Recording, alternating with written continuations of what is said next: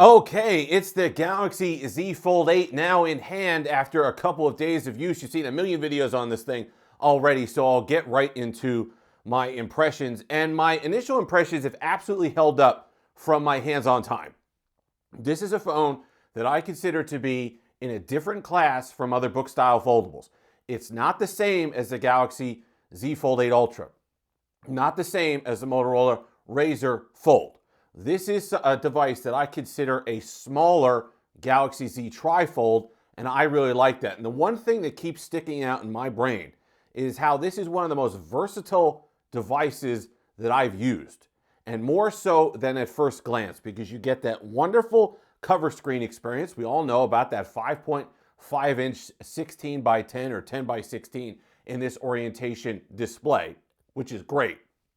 You also get the landscape, which is what we've talked about, but then you get this portrait mode that you could go into, which really helps with some apps that we're going to talk about, but it's like getting three devices in one.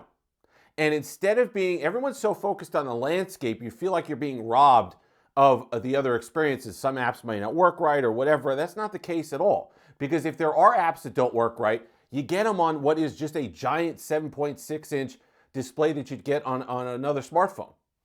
And I've really enjoyed using all three. But there are some things that you're going to want to do. There are some things that you need to understand when you start. Battery life's been fantastic, by the way. I didn't even get this thing all the way to 100% on the first charge. I charged it today all the way to 100, but battery life has been really good on this device, and that's with a healthy mix of the cover display and also the internal display. But let's talk about some things you're going to need to do and get comfortable with if you want to use this device. What I found, which I did not expect, is that I'm using it a lot more just like a giant Motorola Razr, because I'm carrying it around like this in my hand. Now, it's going to depend on your hand size and how comfortable you are with the phone, but I've been carrying it around just like I do my Razr and using the cover display for certain things. So I set up the cover display just like I would on for social media, quick responses, things I just need to glance at. And then when you open it up, you get kind of the full tablet experience, and you can set up your app pairs and everything else. So that's what I've been using it at. I really like that. I really like that because I love the cover display experience on the Motorola Razr, and you get some of that with more function than you do on something like a Galaxy Z Flip 8, right? You don't have the limitations because this outer display is meant to be used as a full-fledged smartphone, and you get all the functionality there. But let's talk about multitasking.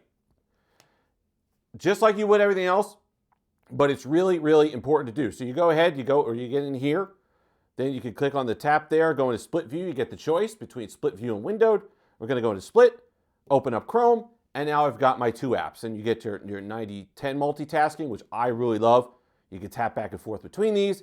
And then if I want to save them, I could go ahead, tap on the three dots, and I hit my app pair, and I can send it to the Edge panel. Really excellent experience. And of course, this is one of the only devices. You have it on the Galaxy Z Trifold, you have it on this device, and you have it on Samsung tablets. You can have three apps side by side. It gets a little cramped, but you can do it. Let's go back into the app pairs for a second, because as you notice, I could kind of get it on the middle here. Unlike you have with your Galaxy Z Fold 8 Ultra, I love getting that little bit more space and having a proper aspect ratio on these devices, on these apps rather, when I have them in multitasking. It's not quite what you get on the Microsoft Surface Duo, but it's really good. And like I can't just swipe up to eliminate an app and still keep one open on the Microsoft Surface Duo, I can go ahead and tap in here, hit the menu, and get another app up there without swiping out of the entire pair. So there's enough functionality there that while it doesn't replace the wonderful experience that I used to have with my Microsoft Surface Duo, it is nice to have a landscape aspect ratio like this again in a way that I wouldn't otherwise. Okay, get comfortable changing orientations. It's something I don't typically do on the Z Fold 8 Ultra and traditional book style foldables because I don't feel like it's that much different. Sure, you can turn it and you get sort of wider on some of them, but you turn it back and it doesn't make enough of a difference to the user experience for me to do that continuously. So I don't really bother.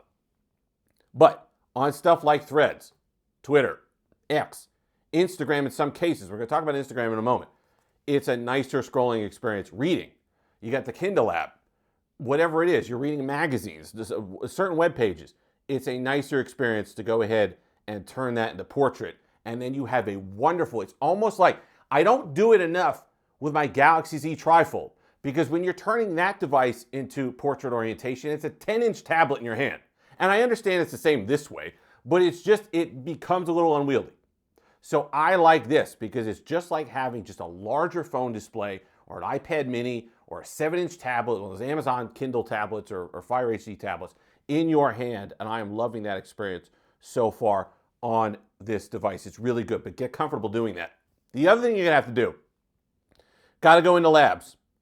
You gotta go into labs because you're gonna wanna do two things. You're gonna wanna force multi-window for all apps. So even if they're not supported, it's going to make them and throw them into multitasking, okay? So you could get that working properly. You may get a couple wonky experiences here and there, but I don't think it's anything prohibitive that would, the benefits don't outweigh the cost.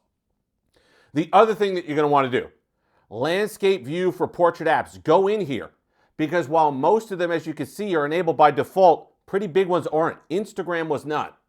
And it absolutely makes a difference to the Instagram experience, because instead of in landscape, I was getting kind of like squished post. It didn't look good.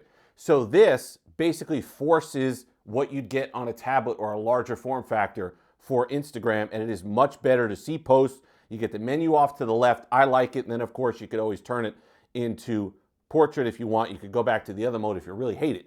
But I happen to like this. So go ahead and make sure that the apps, you're going to have to spend a few minutes in there and experiment in labs, but make sure all the apps that you regularly use are checked off to have landscape view forced, because you are on One UI 9, you are on Android 17, so that's going to be vital to your experience, especially an app like Canva, right? I haven't done it yet because I haven't used it, but Canva is an app that you're going to want on the wide screen if you're messing with thumbnails or photos or stuff like that. That's something that you're going to want to do.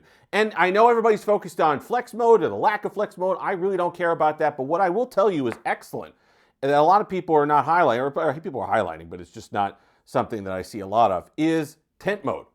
Really good for video in a way that I wouldn't care on something like a Galaxy Z Fold 8 Ultra, because I just never, that device, when I hold it like that, it just doesn't feel right. But you get a nice 16:10 experience here. It's great for video and for content. This device feels sturdier when I put it like this, because it's a little taller like that. And it's got that aspect, it's got the design. For whatever reason, I am a lot more comfortable with this design in tent mode.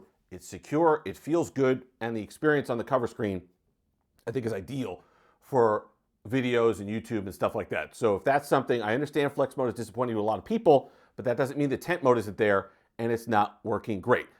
Some of the other things that I noticed that were absolutely why I consider this to be a smaller Galaxy Z trifold are still there. I'm sorry, I'm going to pull this away from the camera for a minute because I'm going to pull up maps and make sure I'm not directly over my head. But this is a great experience. And this is something that, this was the wow factor when I show people the Galaxy Z trifold, because I was doing stuff and I was able to pull up maps. This is if you can get a stand that works right, this is a phenomenal navigation experience. Just having this landscape wide view is great. And it's just, you're sitting someplace, you get the entire overhead, you get a lot of the context of where you are. If you're out, if you're in an unfamiliar place, you could kind of see the whole journey on this. This is a really nice experience. And I get that you get most of that on a book style foldable, but there's just something to seeing it like this, in this orientation, that clicks in a way that I haven't had with those other book style foldables before. So I understand it's $1,900. I understand people are going to complain about the cameras, which we'll do in the full review. Not a potato, okay? This takes good photos. That's the argument that I've made for years when people were complaining about the Z Fold 5 and the Z Fold 6. Oh, the cameras are trash. Well, they're not trash, okay? I understand not the same spec or the whatever, but you got to make some compromises here. Even though people are uncomfortable with that for $1,900. But the biggest takeaways, you will use this phone unlike you use other phones. You got to get in that mental headspace. You got to get comfortable doing that. The other thing is this. I do not consider it a choice between the Z Fold 8 Ultra and this. They are two separate buyers.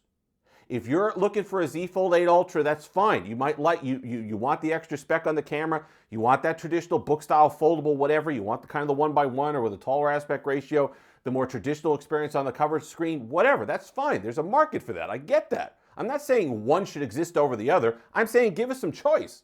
And this is phenomenal. As someone who, if you had a Microsoft Surface Duo an original Google Pixel Fold or a BlackBerry Passport, and you just miss that outer display experience, which is great.